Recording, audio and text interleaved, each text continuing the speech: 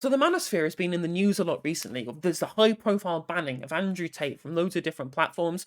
There's been the kind of the breakout of Fresh and Fit podcast and loads of discussion about them, especially on YouTube, which is one of my primary platforms.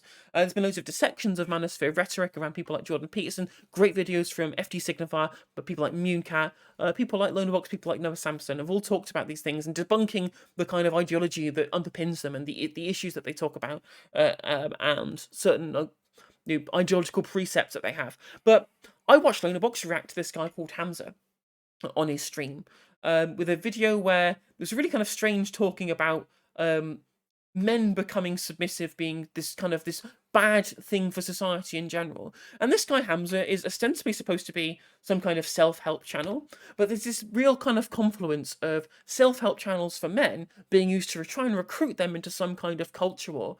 And again, what I think really is treating them as a marketing demographic rather than a group of people that they actually need to try and at least help out. Because I agree, there are lots of men's issues at the moment. They don't get enough coverage.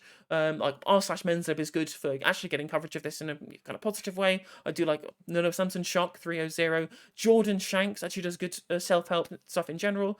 Where a lot of these self-help channels that purport to be about self-help but are really about a culture war against progressivism, they ostensibly will identify certain issues or whatever, but then will somehow twist them into some weird ideological thing. Now, the video that we react to is called "Strong Men Will Be Needed Soon," which sounds a lot like Strauss-Howe generational theory, which is debunked pretty well in another video by Lonerbox called "Joe Rogan and the Strong Men." I highly recommend that you watch it. But we're going to watch this video and we're going to have a dissect the kind of things that underpinning why he's come to this point in the first place, rather than you just debunking whether or not the things he says are true or untrue. Should be interesting to watch.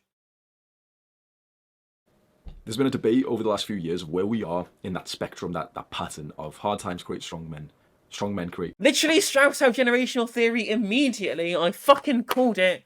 How does she know? 8,000 IQ. Good times. Good times create weak men.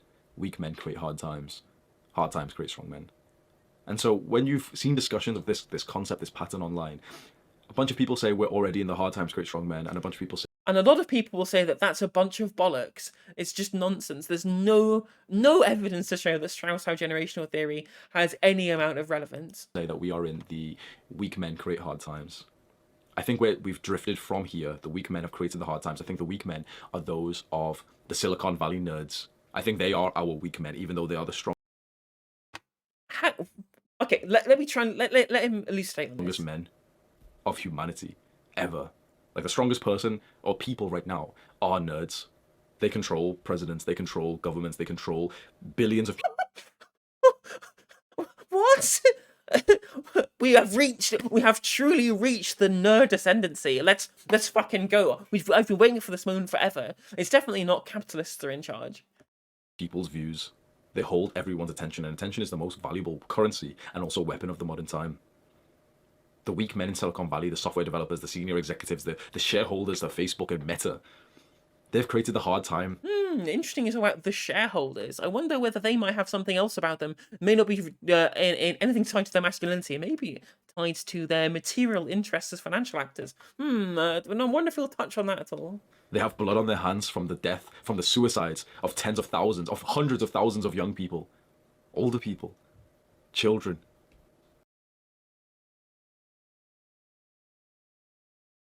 Citation needed? What? I mean, I guess, my guess, right, is that his point of view here, because I watched the video previously, where he was talking about social media being toxic, and that is true, right? Social media is an incredibly toxic infrastructure, and it is explicitly designed to be as toxic as possible, because conflict drives engagement, and by creating people who are lonely, through the ways in which our society is created, making people lonelier through the neoliberal economic reforms, right? Based influence of superstructure. I talk about this all the time. This drive to be for individual success over the collective good. How that has toxicified discussion in our society, and how If you're not individually successful, that means that you've specifically failed. Or not and specifically on a financial level, rather than talking about, well, have you contributed to your society? Have you made people's lives better? Have you had good experiences with friends and with family and with people that you've shared a common bond with? But no, if you're not, hugely wealthy or crypto millionaire at this point, that means that you failed, and that this fake desire to lionize one's own self achievement through financial success, I think that is a cause of a load of issues. And people like Silicon Valley shareholders, again, they're the beneficiaries of neoliberalism, and they perpetuate that doctrine. And the social media algorithms then feed back into that. So I can understand why he would say something like, people have committed suicide because of these Silicon Valley nerds. And I'm like, well, that's a bit of a large generalization. The people who designed the algorithms maybe have done that by accident. But again, the issue isn't the nerds have been doing it because they surreptitiously want men to die or they want to change men for some reason. No, they're just acting in their own material interest, which is to generate as much capital as possible. The job of the companies, of all these Silicon Valley companies that you're railing against here, Hamza, their explicit desire is to generate profit. And if they're going to generate profit by creating algorithms for social media that generate engagement through conflict, because that's in the material interest to do so, then they will. Otherwise, the shareholders would remove them from their positions. Seemingly, everyone has mental health problems now. Everyone is going through a hard time, which is very interesting because whilst we're all going through a hard time mentally and spiritually, we're actually living in physically one of the easiest times of life. We have the most comfort ever, and yet we're so uncomfortable. I disagree with that statement completely. Like, the fact that so many basic things through neoliberal policy have become marketized, that are much more expensive than they ever have been as a proportion of people's income, looking at housing, looking at energy, looking at water, looking at transport, looking at all this kind of stuff, right? The amount of people's income that gets spent on housing nowadays, like, you look at that, that's explicitly an impact of the marketization of housing. That's why so much of people's incomes now get spent on, rents and things like that. And that makes it hard to live. I mean, you may say, "Oh, we get to go on cheap holidays or whatever," but if you've got no money left after paying all your bills, after paying for your housing, right? Whether or not these creature comforts are available to you, at cheap prices doesn't make any difference because the square root of fuck all is fuck all, as Jack Monroe has so wisely stated about issues with people who are at the bottom of the kind of the poverty scale in this country. Like, things were better actually in the 2000 between 1997 to 2010 than they are now. Like, issues with austerity, issues with the even more privatization and the kind of more embedding of neoliberalism, things have gotten worse. Obviously, Tony Blair could have fixed things when he was in power and he continued the neoliberal doctrine, but things were at least slightly better, right? Things like sure start centers and the kind of the middle of the boom economy at that time. So I think we're kind of past that now already. If we really want to if we really want to take Strauss-Howe generational theory to be correct, which obviously is a bunch of bollocks, we're in the hard times right now. We absolutely are in the hard times. But this somehow idea that everyone is somehow, it's like somehow kind of pampered with what we get now, like, can you really call somebody pampered because they have an iPhone? I mean, especially from his position where he feels like things like social media and things like online engagement are toxic and spiritually harmful and mentally harmful. Well, then is it a creature comfort at all in the first place? Is it really a privilege to have these things? What I've been seeing over the last couple of years is the rise of some strong men. And more, these strong men who are coming to light and becoming kind of famous, and you could probably think of some. A few years ago, 5, 10. Are they strong men, or are they strong men? I'm a super big brained, no justice over here. Can see where this is going, right? I mean, the failure of neoliberal reforms will lead to fascist populism. To quote Emily Maitlis on populism, there, because obviously if you fail on economic policy, then you have to be able to divide the working class through social policy. And 15 years ago, they were just seen as weird, misogynistic, racist, bad people. As times went on, those same strong men are given a new. If you're racist or misogynistic, we'll call you racist or misogynistic. You can be a strong man and not be racist or misogynistic. I mean, look at Dwayne Johnson, right? That guy's wholesome as fuck. Was he called racist or misogynist for being strong? No, of course he fucking wasn't. Kind of person of the strong man, the new image of the strong man, now has almost like a 50-50 split. A bunch of people really like him and think, oh, his message is so important, and a bunch of people also still think, oh yeah, he's really weird and creepy and right-wing and racist and misogynist. And I think as time goes on, that split is going to get way more on this side, where we realize, okay, the strong man is needed. This message is needed. What? Why? What message is needed? I guess I'm only 2 minutes into the video, so you know you probably will at least stay on that. Right now, the strong alpha male is still somewhat criticized and kind of cringe when you see him. But No, no. Like again, there's plenty of room for male masculinity, and there always has been in society, right? Jason Momoa is like a fucking heartthrob at this point. I've no fucking idea why. Definitely not my type. um, But the idea that somehow like this masculine ideal has somehow dissipated forever and needs recapturing, this is just this is a bunch of nonsense. It's a guy called Hamza Dank Prol who has got like 700,000 subscribers. Again, like he runs a quote unquote self help channel, but really is just um trying to recruit men into a culture war, making them feel like they're like turning them into an embittered minority and then use that to be able to sell them a solution, essentially. as time goes on and we're experiencing more and more hardship mentally and spiritually, that tide will turn and people will realize the value of having a strong masculine leader, a role model. Wait, what is this? Is this an appeal to machismo and weaponry I'm seeing? Bit sus. Perhaps we've just been waiting for the right kind of masculine role model who embodies the perfect father. When do the masculine role models disappear? Can someone let me know when masculine role models just stopped being a thing? They've always been there. They've never stopped being there. But the fact that they've lost their overall supremacy in this position, and there is now a multitude of different things to be able to choose from, which I think is good. Be masculine, and as long as you're not toxic about it, that's great. Be feminine, as long as you don't turn yourself into a pushover, that's great. Men can be what they want. They have the ultimate amount of choice to be able to aspire to be whatever amount of expression that they choose to, and I think that's a beautiful thing. But the fact that the idea of the archetypal alpha male not being the only thing that they can aspire to has then turned this guy into thinking, well, the whole of history is fucked because this received wisdom of intrinsic alpha male supremacy that's disappeared, and so society is somehow breaking down because of it. Nonsense. Father, the perfect husband, the perfect man, the ultimate man, who isn't just masculine and an alpha male in the sort of physical conquering sense, but also is so generous and kind to his community because he's the tribe leader. And this is my image of Adonis. Oh god, this is some fucked up shit. I'm enjoying this though. The ultimate male is Adonis because he isn't just one of those stereotypical alpha males that you see.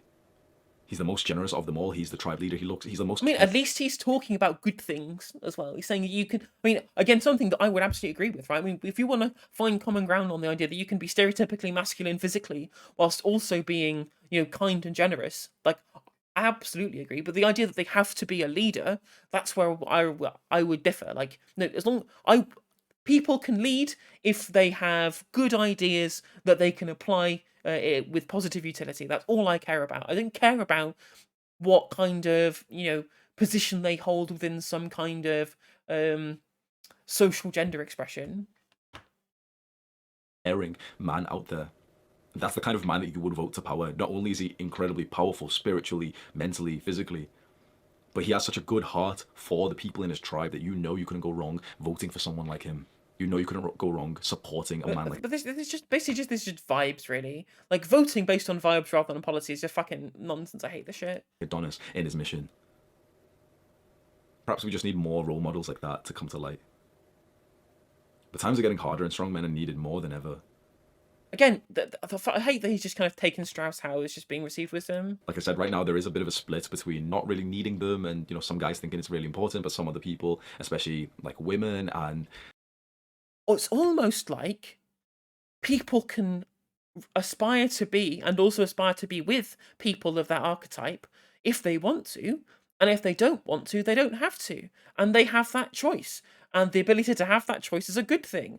Wow, fucking what a massive revelation, Hamza, that there's a split between what people want. It's almost like there is a move towards people's own self-identification, and that being people having that choice being the primary objective, rather than making some kind of prescription as to what is desirable and what isn't, and saying that anything can be desirable as long as it makes you personally happy and fulfilled, which is ideally the best position to be in. I'm like, what? How could you disagree with that? The left blue pill kind of society thinking, oh yeah, it's cringe, and they're weird and everything.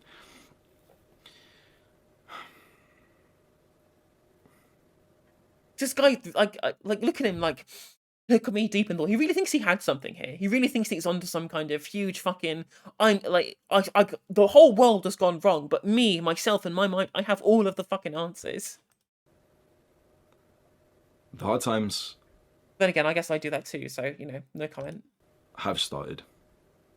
I don't think you need me to tell you that. They've been here for a fucking decade, and it's neoliberalism that's to blame. You've experienced a weird level of hardship even in the easiest time of humanity. Because this is our challenge. Our hard time is our mental space. Our war is not fought with our hands, with swords, with guns, with nukes. It's fought with attention. I think Vladimir Putin would disagree with you there, mate. Enemy isn't a different country. It's with companies. I mean, not wrong, but And maybe you've not realized it just yet, because I only did. he's right for the wrong reasons. He thinks that I'm betting, right? Fucking gonna bet that he thinks that the war is with companies for being too woke and for disrupting the natural order of masculine leadership, or something to that end, rather than them being toxifying the nature of community through the incessant desire for profit, through the ways in which that has negative implications throughout society, and this drive for individual financial success against creating a proper community that fosters genuine happiness. Again, on a not necessarily a spiritual level, but on a kind of metaphysical level. When obviously, famously, apparently there is no such thing as society anymore, and that is sorely what we're lacking. And I think, personally, my opinion is that is the root of a load of mental health issues. Is this drive, this atomization of society, which again is the fault of neoliberalism. A couple of weeks ago, but we are at war. We've been slowly losing a battle that we didn't even realize was going on. If the modern wars are fought with attention, just the choice to choose that framework divides people into weak versus strong versus any other dimension speaks volumes about this guy. Well, yeah, true. Then we've been losing against the people, the groups of people who have displayed the ultimate war strategy, which is to win without bloodshed, to win without the enemy even realizing that they are fighting a war, because that's what happened to us. You don't even know what war I'm talking about. No shit. Because you've not fucking told us. It's the war on our mental health, the war on our social connections and friendship and love, and that war is fought against. Holy fucking shit! I agree! I actually 100% agree. But the issue is, we can all agree on problems, right? We can all agree on what problems are. Depends whether or not we have the same solutions, right? That's where a lot of leftists fall down, where they will agree with people on the right about the breakdown of society and things like that, and then they will create allyship with people who just have completely different solutions, right? Where right wingers say, well, the issue is that we've gone too away from religion, things have gone too woke or whatever, rather than the issue with atomization under neoliberalism. These evil companies that are choosing profit over people. Fucking the domination of the world by companies like Facebook or God, he's based. God, no, I egg and my face are in alignment right now. I was talking all of this kind of Strauss-generational theory stuff that he was going over at the start, that was all a bunch of nonsense. But him just saying, putting profit over people, yes, 100%. That is a bad thing, Hamza, 100%. Good, let's vote in socialist. Let's fucking go. I'm also going to take a screen cap because this expression that I've just paused on is going to be absolutely fucking perfect for the thumbnail. That's excellent work. Well done, Hamza. Thank you for that. Meta, and what they have done to our mental health is unforgivable.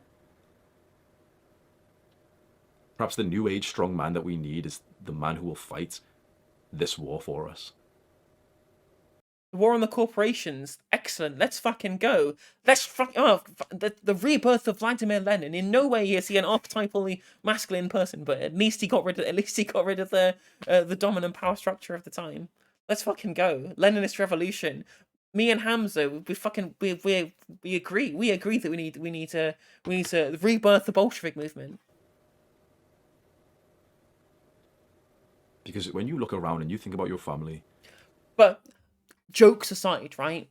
There is a big issue, actually, on the left as well as on the right, with this fetishization of strongmen, a fetishization of individuals who lead movements. Obviously, on the right wing, because that they're obsessed with power and hierarchy, and so there has to be a leader of the movement with which to shepherd the flock of the people who are below them in the hierarchy. Whereas actually, the issue is because you know, the leftist strongmen of the time used that position to be able to maintain and wield power, and I think that's not a good way of doing things.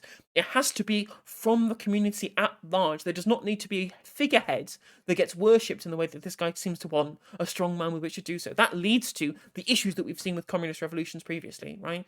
Not everyone's going to be fucking Tito. Not everyone's going to be Sankara. Every new we've seen the issues people like Pol Pot, people like Chairman Mao, people like Stalin, people like Brezhnev, who use the power. Hey, Drew Swatosh, thank you very much for the subscription. Welcome to the No Justice stream. Who used the idea of fighting against the enemy to maintain power and do terrible things with it. So we actually need to make sure that the fight against these corporations is not led by a strongman. It has to be done by people coming together through collective action, right? That's what the issue I have with this the usage of Mick Lynch, and Mick Lynch is good at pushing back against that. And the Enough is Enough campaign that brings loads of different people together from different groups to be able to fight against the dominant neoliberal order of the time, against the politicians and the corporations in which they're there that they're in the pockets of, right? And so the strongman authoritarian leader is not a good thing. So that's where we disagree in the solution to this problem. And that's why I said the issue is not about the problems. Anyone can identify problems. It's about how you come up with solutions. they're always watching something. They're watching the TV, they're watching the news, they're on their phone, they're on Facebook, they're on Instagram. Your mum uses a phone like this, like an old person does. And your mum's addicted to social media now. Your dad's been addicted to social media for a while. Your siblings are addicted to social media. Your friends are addicted to social media. The woman that you get I just want to talk with this guy and turn him into a communist. Let's fucking go. with eventually is going to be addicted to social media. Everyone around you is addicted. Everyone around you is just trading their attention for little bits of dopamine. And this reduces their quality as a person. This really makes them subhuman. I know that sounds horrible, but I mean, that is horrible, but it's not an issue with them becoming subhuman. The issue is because it's an issue with the externalities of the profit motive. person addicted to social media, you'd agree, is subhuman. They are less of a person. Their brain literally gets fucked up. Their ability to make a loving connection with someone gets fucked up. They can't even stay present with you. If you get in a conversation with someone who spent too much time on social media, they can't even listen to what you're saying. They literally have words in their brain processing different thoughts, different images, whilst you try to speak to them. Perhaps this is you. Perhaps you can't even have a real conversation with someone. Guilty. Yeah, you called me out, Hamza. I've definitely done that before. What used to be our greatest advantage as a species was our ability to work together. That's been totally destroyed. We're all so individual, so separated, so lonely. True. What did we get in return for the effect that we've had? This very extremely negative effect that has come about from these evil companies, from porn companies, from social media companies. What did we get in return? So many of us think that the trade-off, being able to message someone, I can share my pictures of my dog, and yeah. So many of us have deluded ourselves to think that is worth our increased risk of suicide. I think drawing this deliberate line between social media usage and suicide is a little it jumps the gun a little bit. I do need to show me proper evidentiary studies that support this. People's mental health is negatively affected by social media. That's true, but saying that there's just this definitive correlation between social media usage and the increase in suicides, I mean, neither here nor there.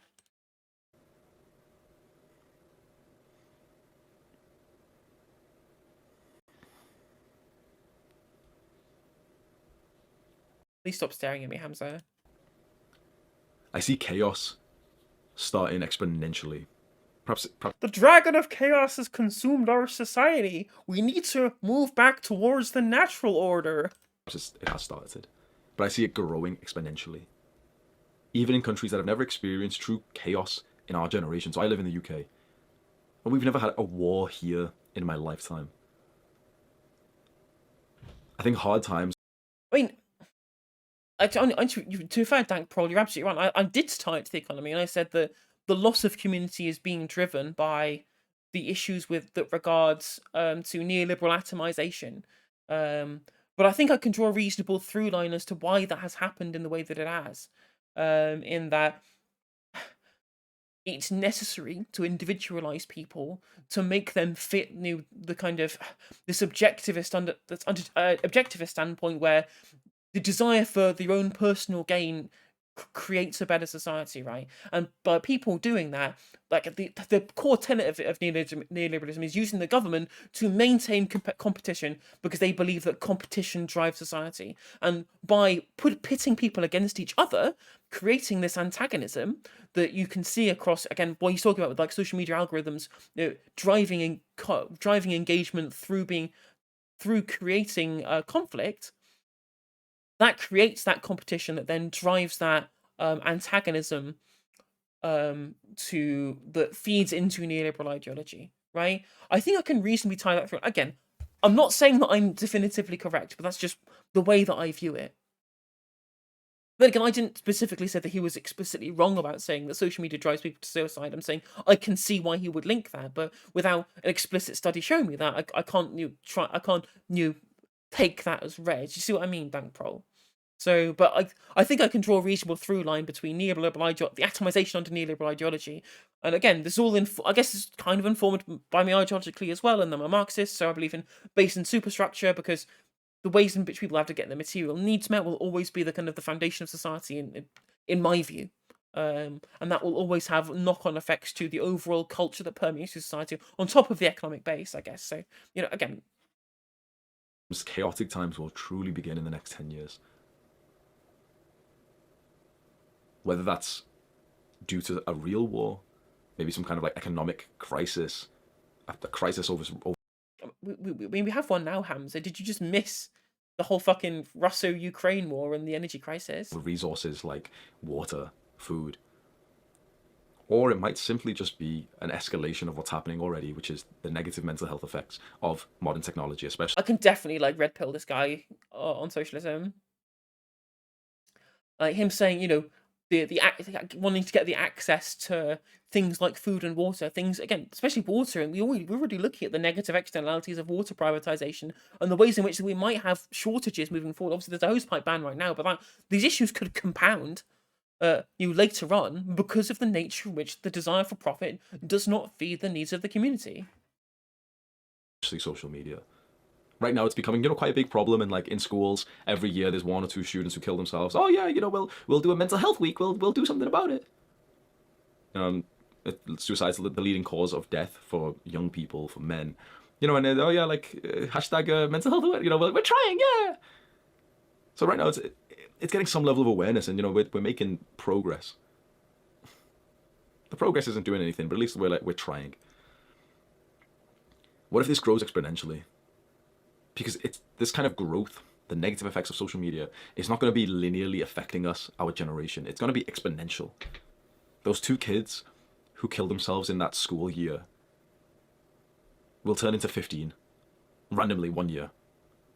And that's like, oh shit, okay, the school's going to shut down. What the fuck's happening? It won't really hit up until you see. That's fucking dark, but I don't think, if you've lived quite a sheltered life and you've never really seen this, it won't really hit you that we are in the hard times up until you see firsthand someone with. Oh god, why are you ruining it with this Strauss how generational bullshit? Oh, it's so frustrating. Someone getting so close, and then Shmija going, well, actually, because we need the strong times and the hard men. I'm like, oh. I don't. I did say strong times and hard men deliberately. You just want a hard man. It's true. Mental illness, heavily influenced by social media. But I think he's correct in his assessment of social media. And actually, Jordan Shanks, who has a good self-help channel, I think, the Jordan Shanks of Friendly Geordies fame, and he talks about the issues with social media, and again talks about the profit standpoint a lot as well, and how it gets people. He offers people solutions to this. Like, no, just take time for yourself, put it down, find friends, go play games like board games or whatever. You have more social interactions, like in person, things like that. and talks about how the algorithm does manipulate people. Like, his content's definitely worth watching. I could sugarcoat this video, like the majority of YouTubers do with the content out there. But there may be a time within the next few years that you see someone committing suicide with your own eyes, because it will get that common. It will get that frequent. And then when it hits you that the reason why they have done that is because of the mental illness caused by these companies, you'll realize I think a big issue is where the issue that I have is that I think he feels like it's being done. Obviously, he's talked about putting profits over people, as if that's somehow some kind of intentional decision that's been made by these evil companies who are just a shadowy cabal doing things because they're bad people, rather than a corrupting incentive structure that drives their motivations in the first place, right? Base effect superstructure. Like, talking about the way in which, again, as I said at the start of the video, if the CEO stopped driving for profit, because that's how our economic system works, they would get removed by the shareholders. The system exists in the way that it does to foster these things in the first place. The actors within them, I'm not going to say that they're blameless, but most of the blame has to be put upon the economic system that drives the incentive structure in the first place, rather than people acting within that system. how fucked we all are. I agree, Sir Ravain, that mental illness, talking about it as just being some kind of something that's only happened now, but I do believe that issues that we're having mental health wise at the moment are being compounded, and the issues are greater than they were before. We can't help but crave the validation that comes from using the software and social media and porn. These are some extremely intelligent enemies that we're up against. These nerds at like Silicon Valley, they know exactly how the human brain works. They know exactly what to do to make us anxious, to make us feel depressed and lonely. And again, they want to get rich. Dank Prol, they want to get rich because the system incentivizes them to get rich as well. Yeah, you're 100% correct. Us feel like we're missing out, to bring us back in, to reel us back into the addiction. They know exactly what they're doing. These are the weak men that are creating the hard times, and the hard times have hit. When you think they're not weak men that's creating hard times. It's just capitalism. It's just again, like it's just this liberal notion that just everyone is acting with full agency, and that's just not the case. I'm not acting with full agency. Like, my point of view as a Marxist have been shaped by the fact that I live in situations in which are economically not counterproductive for myself, right? Those material decisions have shaped my own ideology. But it's not just weak men. It's not just weak men creating hard times here. This is a systemic issue bound by certain levels of incentives. The effect that social media has had on the mental health of your generation, the hard times has already hit. It will grow exponentially, but it has already started. The problem is, what was it like? He's not talking about the hard times we had when disabled people were essentially socially murdered by the government during the Cameron and Clegg era, right? All the austerity measures that literally had people to early graves. Was that about the hard times? In my opinion, that was genuinely the hard times when the again post-financial crash, I guess, actually where the kind of real kind of turning point. If you want to talk about the hard time starting, quote unquote, then for me, if you're going to talk about any specific period, the financial crash and the way in which that affected and the bubble burst on the lie of continuous infinite growth being possible. That's why I believe that we are in the hard times create strong men part of this pattern, because I'm seeing a rise, mostly just in this movement that you see before you that we've created here, this revolution. I'm seeing a rise of young men become strong, to toss their phone away, to delete fucking, not just like the app on their phone, but to truly delete their accounts, take a big step back, like a refreshing deep breath and think, fuck, I'm free from this now. I can't believe. I don't necessarily, I mean, that can be true for any gender, right? Any gender can realize the issues that's happening and the ways in which they're being manipulated algorithmically through those applications and say, no, I'm going to get rid of that. And that is a show of strength. But is that necessarily some kind of masculine alpha male ideal? Absolutely not. They had me like shackled for so long. I didn't even like using Instagram. I didn't even like using Snapchat or TikTok or whatever the fucking apps that are popular these days. I didn't even like them, and yet I was using them for like an hour a day, every single day. These young men who are thinking this, I see them rising up and becoming strong. And that capacity of like freeing Although I guess he's explicitly trying to market himself to men with this particular video, and that's why I said previously, right?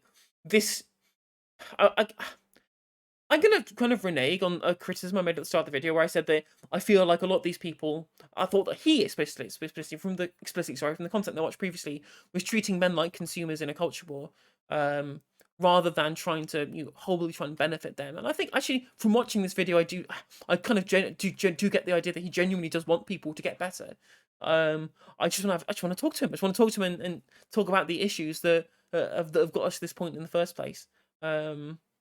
So renege on that criticism that I made earlier, um, about him do kind of snidely trying to create a consumer base for himself rather than actually genuinely caring about self-improvement for people. yourself from this addiction. It gives you the space to achieve what you've wanted all along. That dream life that you think about comes after you free yourself from the shackles of this weakness. It comes after you start. And that's one thing. There's a good video by George Carlin about the big club, right? Where they don't want people to be free thinking. The people who educate you, like people who've not people who educate you. The teachers are good, but the people who have set up the educational systems and how they work don't want free thinking, critical thinkers as part of the populace. They just want obedient workers at the end of the day, right? That's why you see this war on the higher education from the Conservative Party, because a huge number of people who've come out of the Labour educational boom have all turned out to be pretty left leaning. And against the idea of kind of corporate hegemony that's been part of Conservative policy since time immemorial, really. And yeah, he's absolutely right in that breaking free of the monotony of being part of the consumption cycle of capitalism can help you achieve good things outside of financial incentives. Seeing your mental health improve as you take a step back from social media. And I think that would also be I personally think it would be improve people's mental health, but that's just speculation. I'm seeing some, not many, but some future strong men emerge in this revolution. A bunch of young guys fed up with normal life, craving natural life like our ancestors did.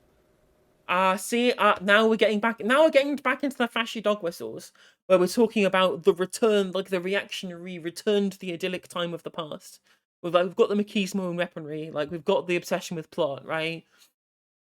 Again, we just need to just want to talk to him, right? Because obviously, I'm not saying that he's a fascist. Obviously, not fucking fascist, right? But talking about people using fascist rhetoric and people being fascist is two separate things. But this is like part of this tenet of fascism, the return to a better previous time, the fetishization of machismo and weaponry, all that kind of stuff. That is, and the love of the strong man, not the strong man, sorry, the strong man, right? The single word strong man, not strong hyphen man, right?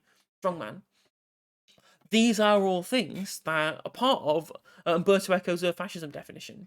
And it's dangerous when you have a cogent critique in here somewhere, right? There's bits and pieces of this video that you can pull together to make a good critique of current modern society, right? And then it just kind of gets lost in a bunch of either whether it be conspiratorial nonsense about an evil cabal of people working to try and make people kill themselves, and Strauss-Howe generational theory, and then this return to the idyllic past that again existed because we had a social democratic economic consensus, as far as I'm concerned, at the very least. Anyway, yeah, it's frustrating.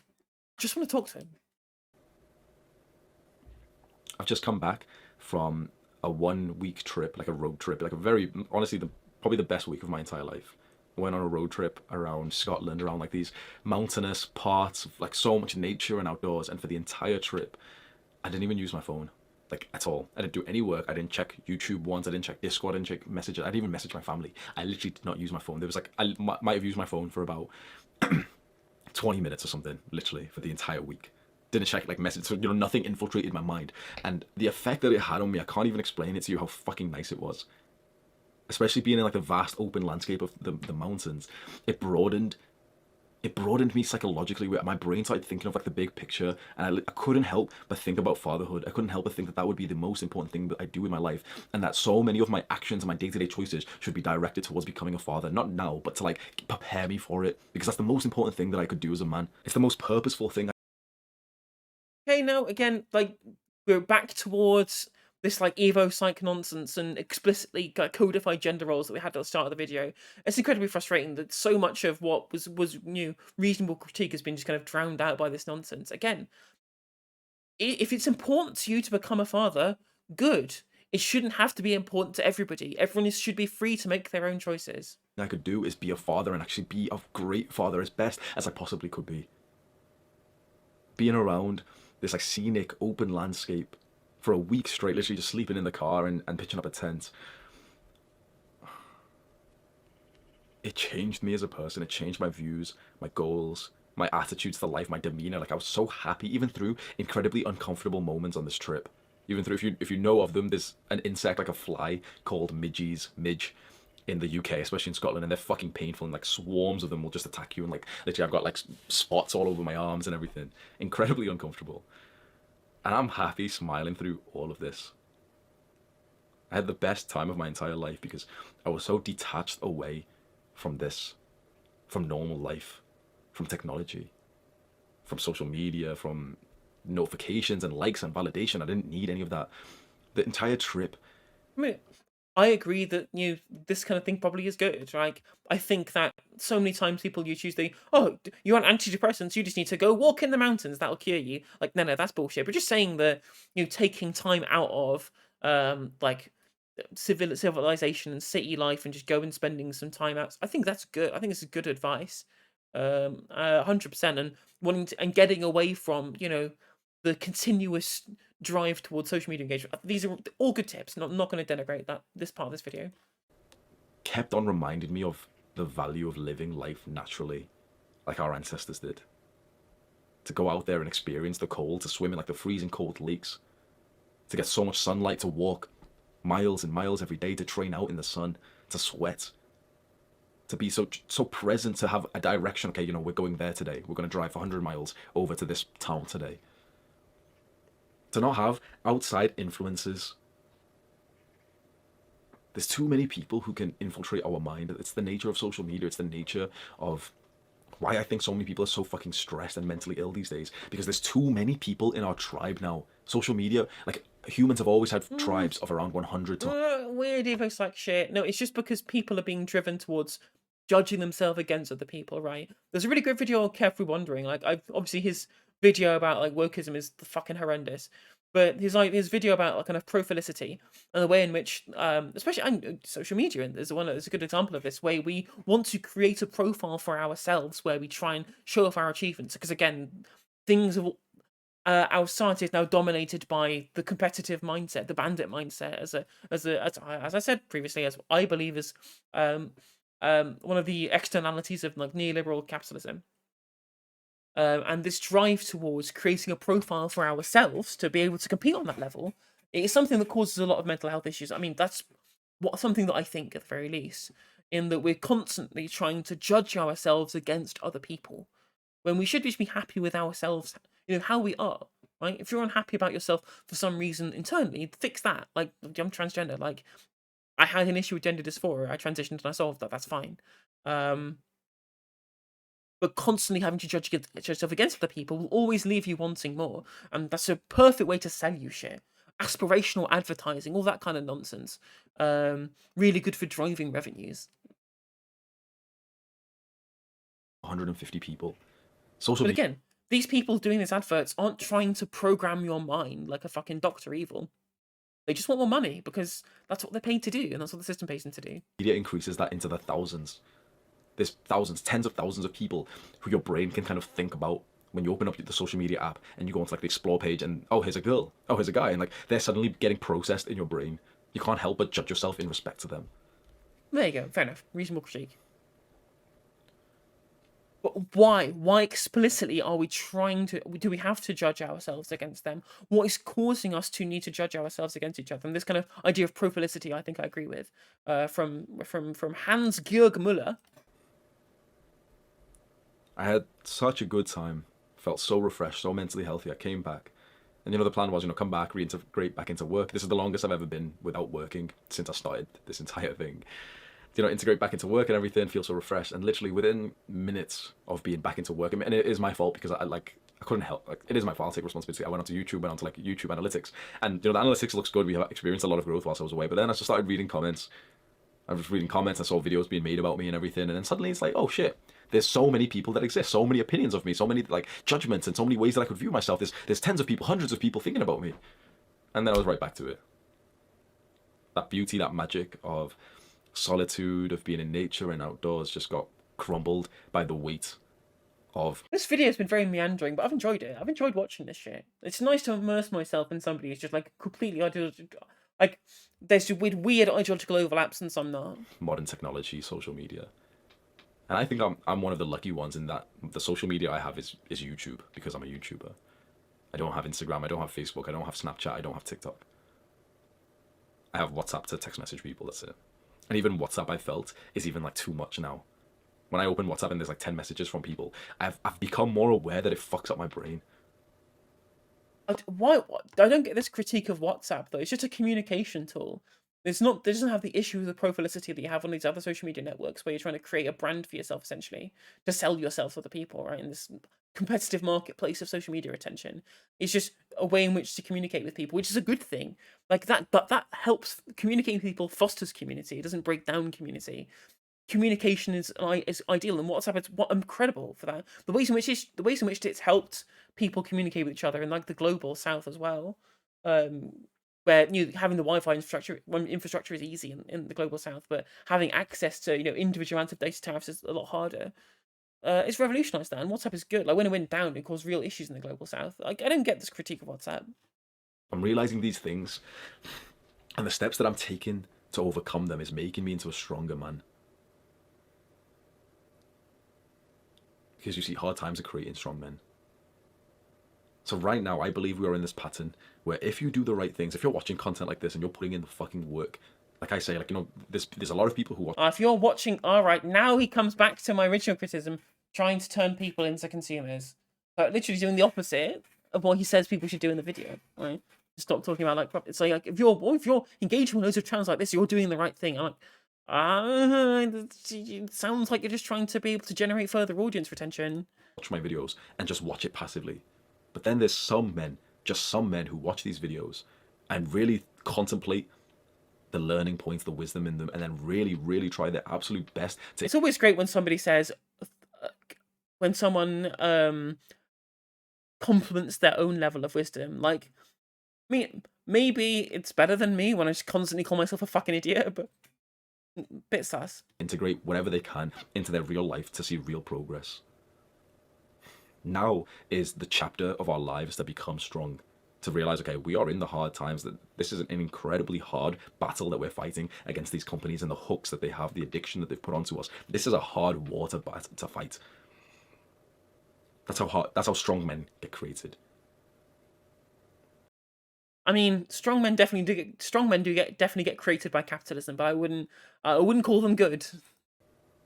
This is the chapter of our lives to become strong.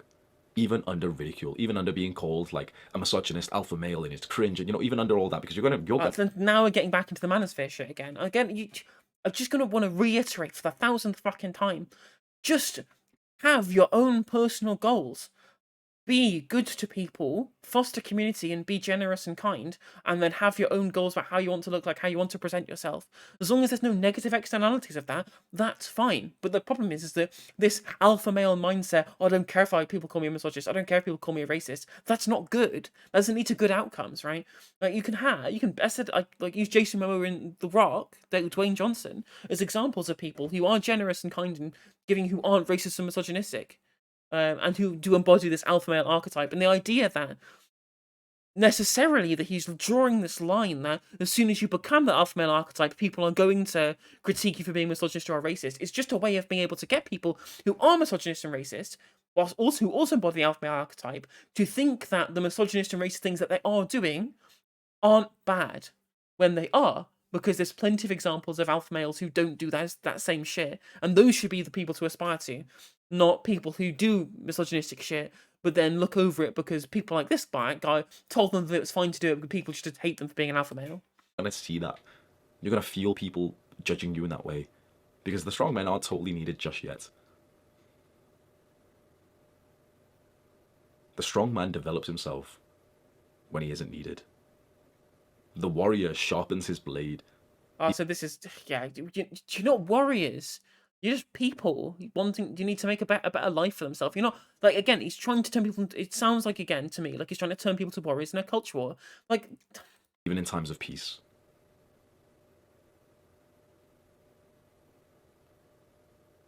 again, obsession with machismo and weaponry. Same shit, different part of the video. Strong men will be needed very, very soon, and you better hope you're one of them. Your family hopes that you are one of them. Your community hopes, needs you to be one of them, and you need it more than ever. They don't. They just need people who are good and who foster good community. You don't have to be a strong man to do that.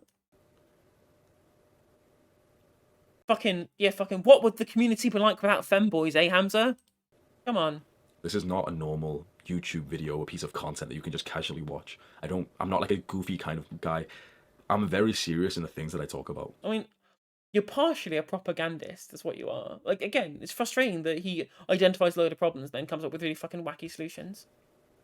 I have full belief that this is like a very, very serious topic that we're thinking about, that chaos will strike, if it hasn't already. Now is the time to be developing your skills to become strong, and you need to do this as fast as possible. This pressure that you feel right now, perhaps a sense of anxiety by watching this video, is a good thing. Use that to fuel your efforts to take this shit seriously. The hard times are here. Well, yeah, 100% Googie shit. His head is definitely stuck up his ass. You better become a strong man. Click on this video to learn more right now. See, again, it just sounds like, again, just what I said at the start of the stream, where I was talking about how it just sounds like he's just trying to create return customers here by manufacturing a culture. I'm just like, no, just look, just vote in politicians who are trying to create an economy that isn't driven by the profit motive anymore. Like, come on. Like, personal improvement is good. Being, mentally strong and capable is good, but the alpha male archetype being something that is necessarily aspirational is just something. It's a big, big fucking red flag in this video. Again, Hamza, if you're watching this, please let's have let's talk. I just want to talk. Just want to talk, right? Because again, I said previously, like you say, oh, we might need a strong man. I'm like, I don't want fucking the return of Chairman Mao. As much as I fucking meme the shit about Mao Zedong on the timeline, I'm not genuinely a Maoist who wants all the landlords to get rounded up. But what we need is it's frustrating that he talks about the need for community, which is good. I agree with this desire to talk about need for community. Yet for some reason, he then says, "But there also needs to be a strong individual." I'm like, what is it? Is you talking about individualism or community or are you talking about collectivism here? I don't know. I don't get it. And again, I think it's just there's so much pre kind of understood bias in his mind about the denigration of alpha males or denigration of masculinity and how that needs to be rekindled to try and make men better or whatever, that he then forgets about all of the other criticisms that he's making and tries to kind of mash them together into some kind of fucking Frankenstein monster ideology, where he's identified the issue with the profit motive and then not expanded on that enough within the economic sphere to be able to get a proper criticism. But like, there was more about in that video that I agree with than I expected. But just I think if we're going to come away from anything, just make sure you understand Strauss-Howe generational theory is bollocks. It's just nonsense. It's completely nonsensical. But good things to take away from this is that profit motive bad in a few situations, good amount of situations. And social media, you need to take a lot of breaks from and work on your own personal development. These are all good things, but the necessity of buying into some alpha male archetype of needing to be the quote unquote strong man, that's a bunch of bollocks. So yeah, that's my fucking incredibly service level critique of this video. But if you did enjoy this, please consider liking and subscribing. Follow for more content. You can follow on Twitch. If you want to support this channel monetarily, you can become a YouTube member for 99p, less than the cost of a packet of salt and vinegar discos at your local corner shop. If you want to become a YouTube member, get access to emotes. You can also become a subscriber on Twitch. And you can also, if you like, comment and subscribe, that always helps the video in the algorithm. So please do that and comment below. And hopefully I'll see you on the next one. If you click the bell, it'll also notify you when I go live and when I release new content. Thank you very much, and I'll catch you on the next one.